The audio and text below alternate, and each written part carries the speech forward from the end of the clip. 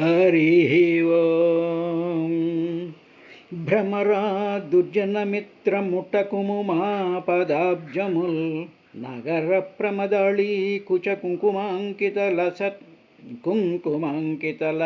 ప్రాణేశ దామ ప్రసూన మరందారుణితానన నుండు అవగుటన్నధుండు మన్నించుగాక మమున్నెపుచు పౌరకాంతల శుభాగారంబులన్ నిత్యమున్ ఒక పువ్వందలి తేనె ద్రావి మధుప యుత్సాహివై నీవు వేరొకటిం పొందెడి భంగి మమ్మధర పీయూషంబునందేల్చి మాయ కలంకోజ్వల యవనంబుగుని అన్యాసక్తుడయ్యన్ విభుండకట ఆతనికెట్లు దక్కె సిరి మిథ్యాకీర్తి నమ్మెంజుమి భృంగా కృష్ణుడు మంచివాడనుచు సంప్రీతిన్ ప్రసంగించెదే సంగీతంబుననేము సొక్కుదుమే తచ్చారిత్రముల్ వింతలే అంగీకారము కావు మాకు పురకాంతాగ్ర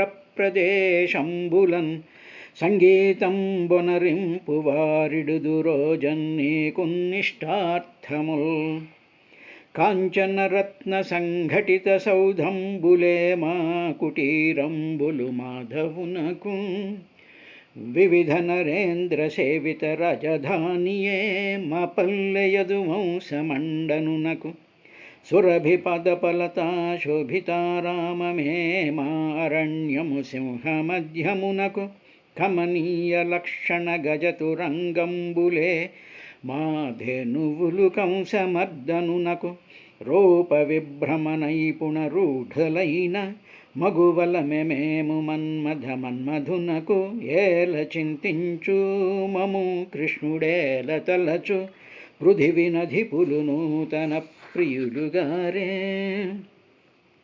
జపదానవ్రత హోమ సంయమ తపః స్వాధ్యాయ ముఖ్యంబులన్ నిపుణుల్ కోరియు ఏ విభుని మనములో నిల్పంగలేరట్టి సద్విపులాకారుని మహామహిముపై విశ్వేషుపై మీకజస్రపటు ధ్యానములిటు నిల్చునే భవచ్చారిత్రముల్ చిత్రముల్. హరి ఓం. శ్రీ గురుభ్యో నమః. మనుచక్రవర్తి ప్రజాపతి అయినటువంటి కర్దమ ప్రజాపతిని చూస్తూ ఆయన, స్వామి నేను దీనుణ్ణి, తరువాత స్నేహ పరిక్లిష్టాత్మనో మమ దుహితృ, నా కూతురు మీద ప్రేమతో నా మనసంతా కూడా నిండిపోయి ఏం చెయ్యాలా అనేటువంటి ఒకానొక దీనమైనటువంటి స్థితిలో నేను ఉన్నాను స్వామి. అటువంటిది నీ దగ్గరికి వచ్చిన తర్వాత నేను నీకు విన్నపాన్ని చేసినట్లయితే నీవు చాలా దయచేత నా విన్నపాన్ని వినవలసింది అని చెప్పి, ఓ విదురా మనుచక్రవర్తి కర్దముడితో అన్నాడు అని చెప్పిన తర్వాత తన కుటుంబానికి సంబంధించినటువంటి, తన పిల్లలకి సంబంధించినటువంటి విశేషాలని కొద్దిగా ఆయనకి ఇంట్రడ్యూస్ చేస్తూ, ప్రియవ్రతోత్తాన పదసేయం దుహిత మమాన్విచ్చతి పతిం యుక్తం వయస్శీల గుణాదిభిః. అయ్యా, ఈ మా అమ్మాయి ఇంకో ఎదురుగా ఉంది, ఈ అమ్మాయి ప్రియవ్రత ఉత్తానపాద స్వసాహ, ప్రియవ్రతుడు ఉత్తానపాదుడు నాకు ఇద్దరు కొడుకులున్నారు, వాళ్ళకి ప్రియమైనటువంటి చెల్లెలు ఈవిడ నా దుహిత. ఈమె ఈమె ఏం చేస్తుంది, అన్విచ్చతి పొందగోరుతోందయ్యా. ఈవిడికి, మా అమ్మాయికి ఒక కోరిక ఉంది. ఆ కోరిక ఏమిటి అంటే, వయశీల గుణ ఆధిభిః యుక్తం పతిం, వయస్సు, శీలము, గుణము వీటిలతో కూడుకున్నటువంటి యోగ్యుడైనటువంటి పతిం, భర్తను అన్విచ్చతి కోరుకుంటూ ఉన్నది అని చెప్పాడండి. ఇక్కడ మనుచక్రవర్తి తన కూతురు కోరుకునేటువంటి కోరికలు ఏమిటో చెప్పాడు. ఆయనేమో మొట్టమొదటి ఏమిటి, వయసు ఉండాలి, తర్వాత శీలం ఉండాలి, తర్వాత గుణాలు ఉండాలి అని 3 రకాలైనటువంటి ఆ హ్యూమన్ క్వాలిటీస్ మా అమ్మాయి కోరుకుంటోంది, మా అమ్మాయి ధనం ఉండాలి, రాజ్యం ఉండాలి, భోగాలు ఉండాలి, భూములు ఉండాలి, తర్వాత ఏదో రకరకాలైనటువంటి విద్యలు ఉండాలి అని ఏ విధమైనటువంటి ఏదో ప్యాకేజీలు ఉండాలి అనేటువంటి కోరిక కోరకుండా వయసు ఉండాలి. అంటే ఆ వయస్సు ఉన్నప్పుడు అందులో శక్తి ఉంటుంది, ప్రభావం ఉంటుంది, ఏదైనా చెయ్యగలిగినటువంటి కార్య సమర్థత వయస్సు కలిగినటువంటి వాళ్ళకు ఉంటుంది. తర్వాత శీలం ఉంటుంది, అంటే మంచి నడవడిక ఉండాలి. అంటే బాహ్యమైనటువంటి ప్రపంచంతో డీల్ చేస్తూ ఉండేటప్పుడు ఎంత సంస్కారవంతంగా ఆ నడవడిక చేస్తూ ఉంటుందో దానిని శీలం అంటారు. తర్వాత గుణాలు ఉండాలి, అంటే మంచి గుణములు ఉండవలెను అన్నాడు. గుణములు అనేటువంటి అభ్యసించేటువంటి దానిని గుణములు అంటారట. అభ్యసించేటువంటి విధానాన్ని గుణము అంటారు. కాబట్టి దానికి గుణ్యతే అభ్యస్యత ఇది గుణ, అంటే అభ్యసింపబడునది గుణము. ఏమిటండి మామూలుగా మనం గుణం గుణం అంటాం, అని మంచి గుణం కలిగినటువంటి వాడండి, ఈవిడేమో చెడ్డ గుణం కలిగినటువంటిది అంటూ ఉంటాం. గుణం అంటే గుణ్యతే అభ్యస్యత ఇది గుణ, అంటే గుణ అనేటువంటి దానికి అర్థం ఏమిటంటే అభ్యాసము, అభ్యసింపబడినటువంటిది. అభ్యసించడం అంటే ఏదో మన పుస్తకం అభ్యసిస్తున్నాం అనుకోండి, ఏదో చదువుతూ ఉంటాం, దాన్ని అభ్యసిస్తూ ఉంటాం. అదేవిధంగా మన బాహ్యంగా ఉండేటువంటి ఈ సృష్టిని చూస్తూ ఉన్నప్పుడు దాన్ని అభ్యసించాలి.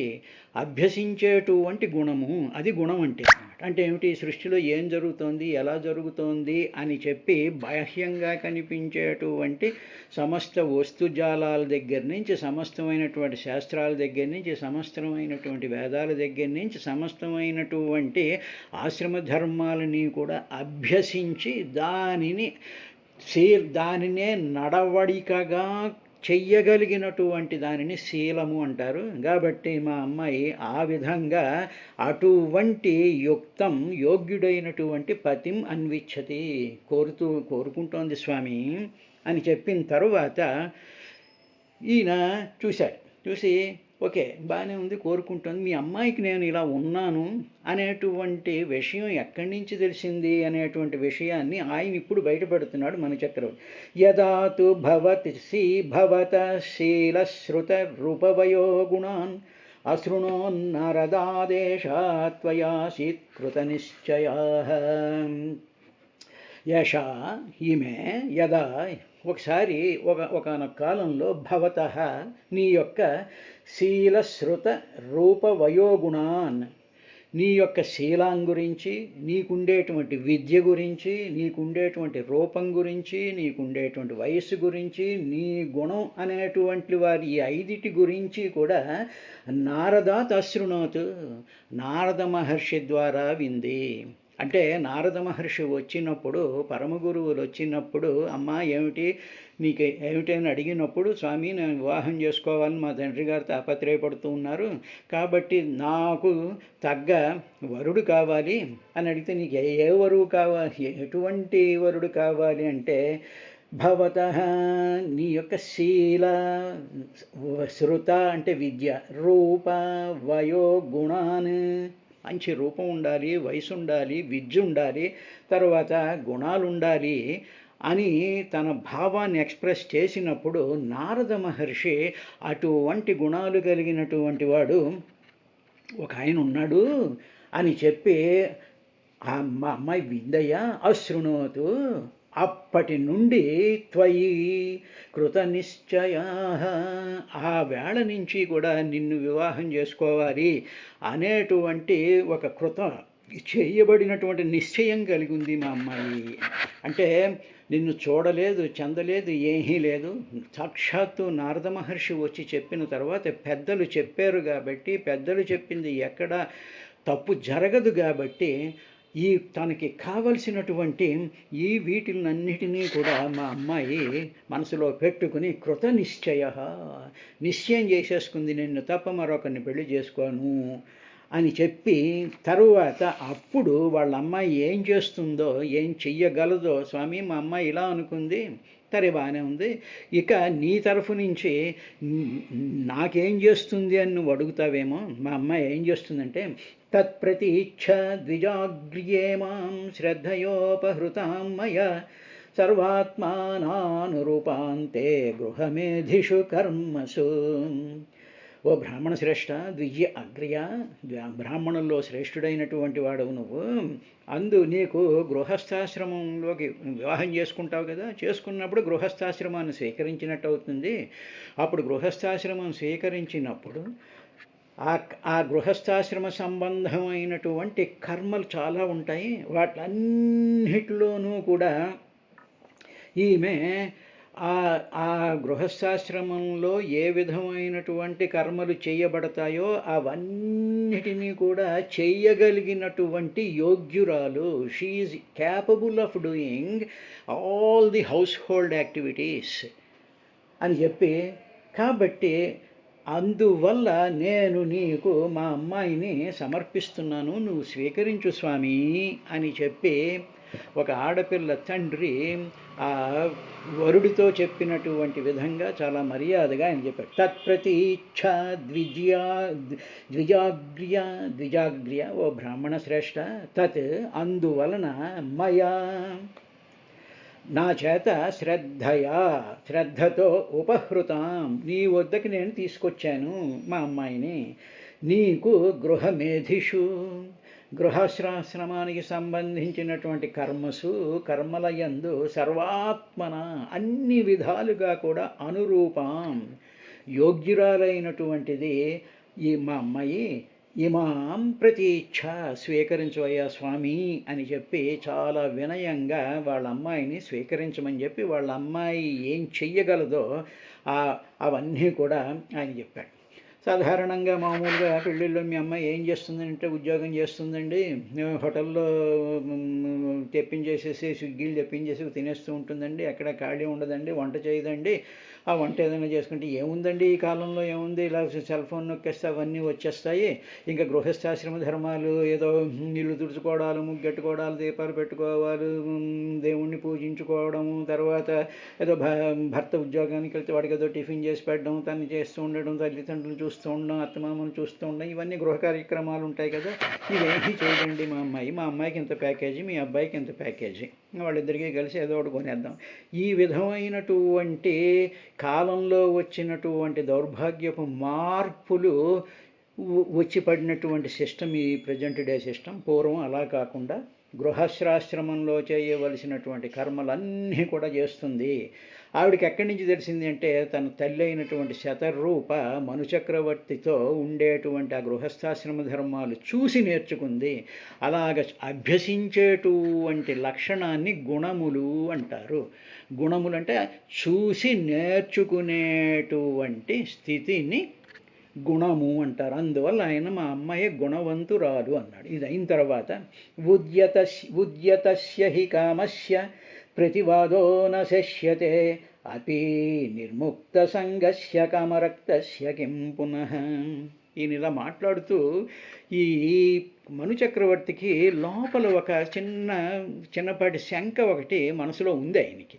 ఏమిటి అంటే ఈయన మహాతపస్సంపన్నుడు, 10,000 సంవత్సరాలు తపస్సు చేశాడు, ఆరాధన చేశాడు, శ్రీ మహావిష్ణువు యొక్క దర్శనం కలిగింది, ఆత్మజ్ఞానం కలిగినటువంటి వాడు.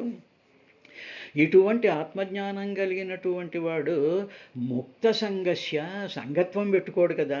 ఈ ఆధ్యాత్మిక భావ పరంపరల చేత ఇన్ఫ్లుయెన్స్ అయిపోయినటువంటి వాడికి ఏ విధమైనటువంటి సంగత్వం ఉండదు. అంటే గృహస్థాశ్రమ సంగత్వం ఉండకపోవచ్చు, పిల్లతో కాపురం చేయకపోయేటువంటి సంగత్వం ఉండకపోవచ్చు, పిల్లలు పుట్టిన తర్వాత వాళ్ళతో సంగత్వం పెట్టుకోకుండా చాలా నిర్లిప్తంగా ఏమీ పట్టనట్టు ఉంటాడేమో అనేటువంటి ఒక మనసులో ఉంది.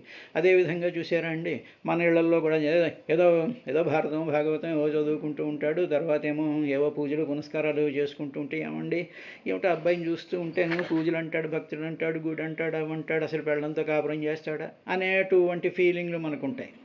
అదేవిధంగా ఈ మనుచక్రవర్తికి ఆ ఫీలింగ్ ఉండి ఆయన ఏమన్నాడంటే, ఓ కద్మ ప్రజాపతి, ఉద్యతస్య హి కామస్య ఉద్యతస్య అంటే తనంత తానుగా లభించినటువంటి కామస్య భోగాలను ప్రతివాద నిరాకరించడం, నిర్ముక్త సంగస్యపి విరక్తుడికైనను కూడా నశస్యతే మంచిది కాదు.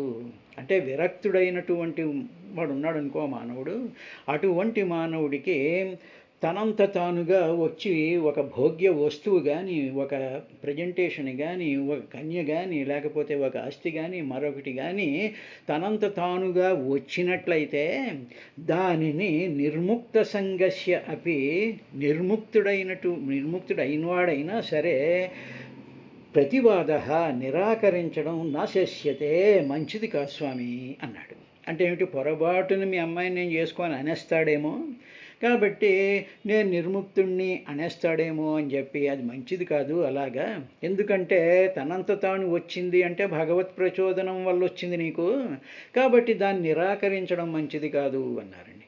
అదే విధాన్ని కానీ మనం గమనించినట్లయితే భగవాన్ రమణ మహర్షి కానివ్వండి, పరమాచార్యులు వారి ఆశ్రమం కానివ్వండి, రామకృష్ణ వీళ్ళు కానివ్వండి, వాళ్ళు చూసేటప్పుడు మనకేముంది, భగవాన్ రమణ మహర్షి ఏదో రసీదులు పట్టుకుని పాదపూజకింత, దానికింత, దీనికింత అని చెప్పి ఆయన పరమ పవిత్రమైనటువంటి నిర్ముక్త సంగస్యంతో ఉండేటువంటి వాడికి ఏమైంది, బ్రహ్మాండమైనటువంటి ఆశ్రమం వచ్చింది, దాని చుట్టూ అవన్నీ వాటంతటి అవే వచ్చి పడ్డాయి. అక్కడ ఆయన మనసులో ఎక్కడా కోరిక లేదు. అలా అని చెప్పేసి ఇవన్నీ వద్దు అని కూడా ఏమనలేదు.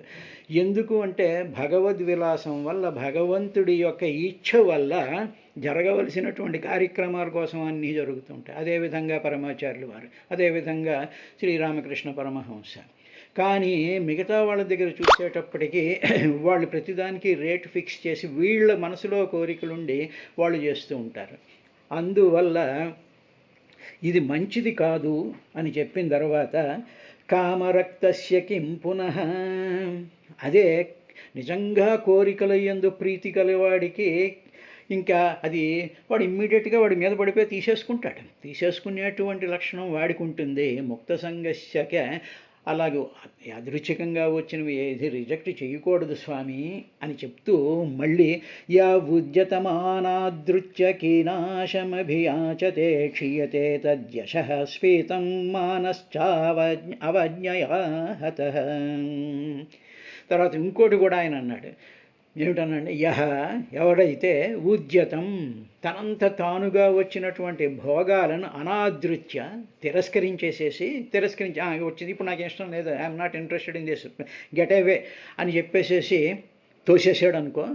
తోసేసిన తరువాత కొంతకాలం అయ్యేటప్పటికి అయ్యో వచ్చిన ఇలా తోసేసానే అని చెప్పి, అయ్యో ఈ వస్తువులు నాకు ఉంటే బాగుండు అని చెప్పి కీనాశం లుబ్ధుడైనటువంటి వాడి దగ్గరికి వెళ్ళి అభియాచతే, వాడి దగ్గరికి వెళ్ళి బాబు ఆ వస్తువులు ఇవ్వయ్యా, పొరపాటున అంతకుముందు ఎవరో ఇస్తే అవన్నీ వద్దనేసి పంపించేశాను, ఇప్పుడు నాకు అవసరం పడ్డాయి అని చెప్పి లుబ్ధుడు ఉంటాడే, పిసినారు వాడు ఉంటాడే, వాడి దగ్గరికి వెళ్ళి అభియాచతే అడిగితే స్ఫీతం, అప్పుడు ఈ అడిగినటువంటి వాడి యొక్క ఉజ్వలమైనటువంటి తత్ ఏషః వాడి కీర్తి అంతా కూడా క్షీయతే నశించిపోతుంది. నెంబర్ 1.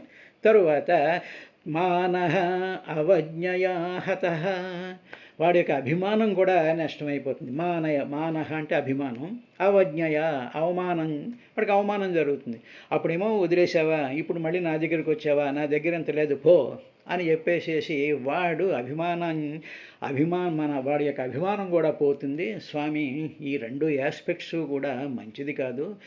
ఏది తనంత తానుగా వస్తుందో, ఏది ఆ వచ్చినటువంటి వస్తువు యోగ్యత కలిగి ఉంటుందో ఆ వస్తువుని అనాదృత్య తిరస్కరించకూడదు, ప్రతివాద నిరాకరించకూడదు. ప్రతివాద అనాదృత్య అని 2 పదాలు వాడారు. కాబట్టి మనంతట మనం వెళ్ళి అడగకూడదు. వాటంతటవి వచ్చినటువంటి సంపదలు కానివ్వండి, డబ్బు కానివ్వండి, మరొకటి కానివ్వండి, వాటిని నిరాకరించడం అనేటువంటిది మంచిది కాదు అని చెప్పి మానవుడు ఆచరించవలసినటువంటి ధర్మాన్ని, ఆయన మనువు కాబట్టి, మనుధర్మం కాబట్టి ఆచరించవలసినటువంటి ధర్మాన్ని ఆయనకి చెప్తున్నట్టుగా ఆయన మనకి చెప్తూ ఉన్నాడు. అయిన తర్వాత అప్పుడు ఇంకో మాట కూడా అన్నాడే, అహం త్వా శృణవం విద్వన్ వివాహార్థం సముద్యతం అతస్త్వముపకుర్వాణః ప్రత్తాం ప్రతిగృహాణ మే. స్వామి విద్వన్, ఓ విద్వాంసుడా, సమస్త విద్యలు తెలిసినటువంటి ఒక అర్ధమ ప్రజాపతి, అహం నేను త్వా నీ గురించి శృణవం విన్నానయ్యా. నేను విన్నది ఏమిటంటే వివాహార్థం సముద్యతం, నువ్వు వివాహం చేసుకోవాలి అని చెప్పి వివాహం చేసుకోవాలి అనేటువంటి దానితో సముద్యతం ప్రయత్నం చేస్తున్నట్టు కూడా నాకు తెలిసింది. ఎందుకంటే నువ్వు తపస్సు చేస్తూ ఉన్నావు, తపస్సు చేస్తూ ఎందుకు చేస్తున్నాడు ఈయన అనుకుంటే, బ్రహ్మగారు నీకేమో ఆర్డర్ ఇచ్చారు వివాహం చేసుకుని పిల్లల్ని కనాలి అని. ఆ సంగతి నాకు తెలిసింది, అశృణమన్ విన్నాను నేను. అందువల్ల ఉపకుర్వాణ, వివాహం అయ్యేంత వరకు మాత్రమే బ్రహ్మచర్యాన్ని కలిగి ఉంటావు. నువ్వు కలిగి ఉన్నటువంటి నీవు నా యొక్క ప్రత్తాం, ఈ కన్యని నేను నీకు ఇస్తున్నాను కదా, ప్రత్తాం అంటే నీకు ఇవ్వబోయేటువంటి ఈ కన్యని ప్రతిగృహాణ స్వీకరించు స్వామి అన్నాడు. నీవు వివాహానికి ప్రయత్నం చేస్తున్నావు అన్న సంగతి తెలిసింది నాకు, విన్నాను నేను. ఇప్పుడు నువ్వు ఆ బ్రహ్మచర్యాశ్రమాన్ని విడిచిపెట్టేసేసి గృహస్థాశ్రమంలోకి అడుగు పెట్టబోతున్నావు. కాబట్టి అటువంటి నీ యొక్క కోరికను తీర్చడం అనేటువంటిది రాజుగా నా యొక్క ధర్మము అన్నట్టుగా చెప్తూ, నీలాంటి మహానుభావుల యొక్క కోరిక తీర్చడం కూడా నాకు చాలా అదృష్టంతో కూడుకున్నటువంటిది. కాబట్టి నా కుమార్తెను నీకు ఇచ్చి వివాహం చేస్తాను స్వామి, నువ్వు స్వీకరించు అన్నాడు. అన్న తరువాత అప్పుడు ఋషిరివాచ, అప్పుడు కర్దమ ప్రజాపతి మనుచక్రవర్తితో ఈ విధంగా అన్నాడు. బాఢముద్వోఢు కామోహమప్రత్తాచ తవాత్మజా ఆవయోరనురూపో సావాద్యో వైవాహికో విధి.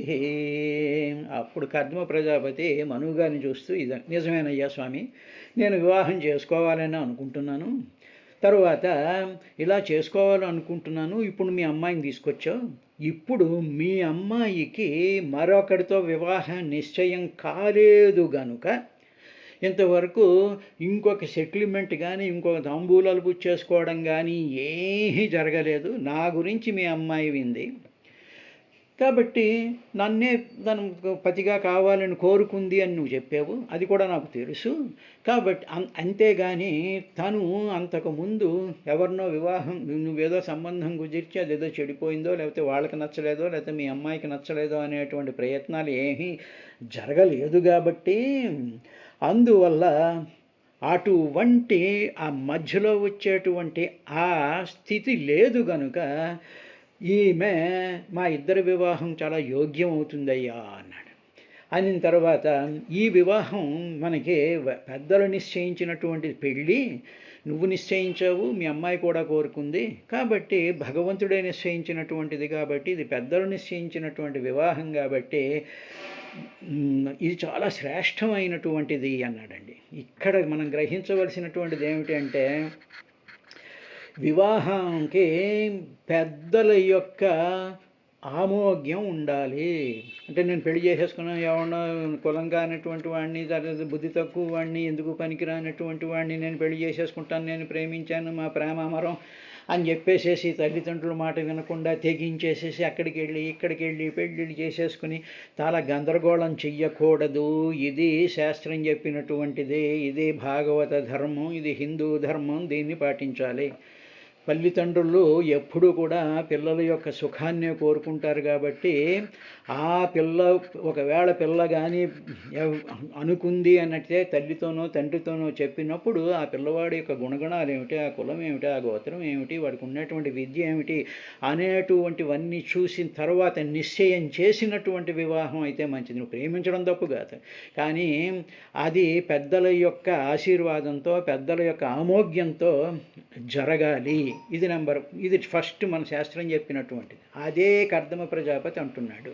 రెండవది, మీ అమ్మాయికి అంతకుముందు ఏదో సంబంధం చూసాం, అది చెడిపోయింది, లేకపోతే వాళ్ళకి నచ్చలేదు, ఏదో కట్నకాలకు తాంబూలాలు పుచ్చేసుకున్నాం, పెళ్లిపేటల నుంచి లేచిపోయాము, ఇటువంటిది ఏమీ జరగలేదు. కాబట్టి she is absolutely frank and fair in her mind and in her heart. కాబట్టి అటువంటి స్థితి ఉన్నటువంటి సంసారం చాలా బాగుంటుంది అని. బాఢం, నిజమేనయ్యా, అహం, నేను, ఉద్వోఢు కామ, వివాహం చేసుకోవాలని కోరికతో ఉన్నటువంటి వాడినే, తవ ఆత్మజ, నీ కుమార్తె అప్రత్త, మరొకనితో వివాహం నిశ్చయమైనటువంటి యువతి కాదు. అసవు ఈ అవయోహో అలా కాదు కాబట్టే మా ఇద్దరి అవయోహో మా ఇద్దరి యొక్క వైవాహిక వివాహానికి సంబంధించినటువంటి ఆద్య ఇది మొదటిదే. ఇది ఫస్ట్ పెళ్లి చూపులు, ఫస్ట్ యాక్సెప్టెన్స్, ఫస్ట్ అంగీకారం జరిగింది కాబట్టి ఆద్య ఇది మొదటి అందువల్ల విధి అనురూప కాబట్టి విధి విధానంగా మీ అమ్మాయిని నేను చేసుకుంటాను, నేను కూడా అదృష్టవంతుణ్ణే అని చెప్పిన తరువాత 16వ శ్లోకం కామస్స భూయాన్నరదేవతేశ్యాః పుత్రా పుత్ర్యా సమామ్నాయ విధౌ ప్రతీతః కయేవతే తనయాం నాద్రియేత స్వయైవ కాంచాక్షిపతిమివ శ్రియం. ఓ మహారాజా, నీ కుమార్తె వేదాల్లో ప్రసిద్ధమైనటువంటి వివాహ పద్ధతి ప్రకారం పెళ్లి చేసుకుందాం అనుకుంటాను తప్ప రిజిస్టార్ ఆఫీస్కి వెళ్ళి దండలు మార్చేసుకోవాలని అనుకోవటం లేదు. నీవు కూడా అటులనే కోరుకుంటున్నావు. తర్వాత నీ కుమార్తె యొక్క అందం కానీ ఆ లావణ్యం కానీ లక్ష్మీదేవిని కూడా మించిపోతోంది అన్నాడు. తర్వాత విశేషం రేపటి కార్యక్రమంలో చూద్దాం.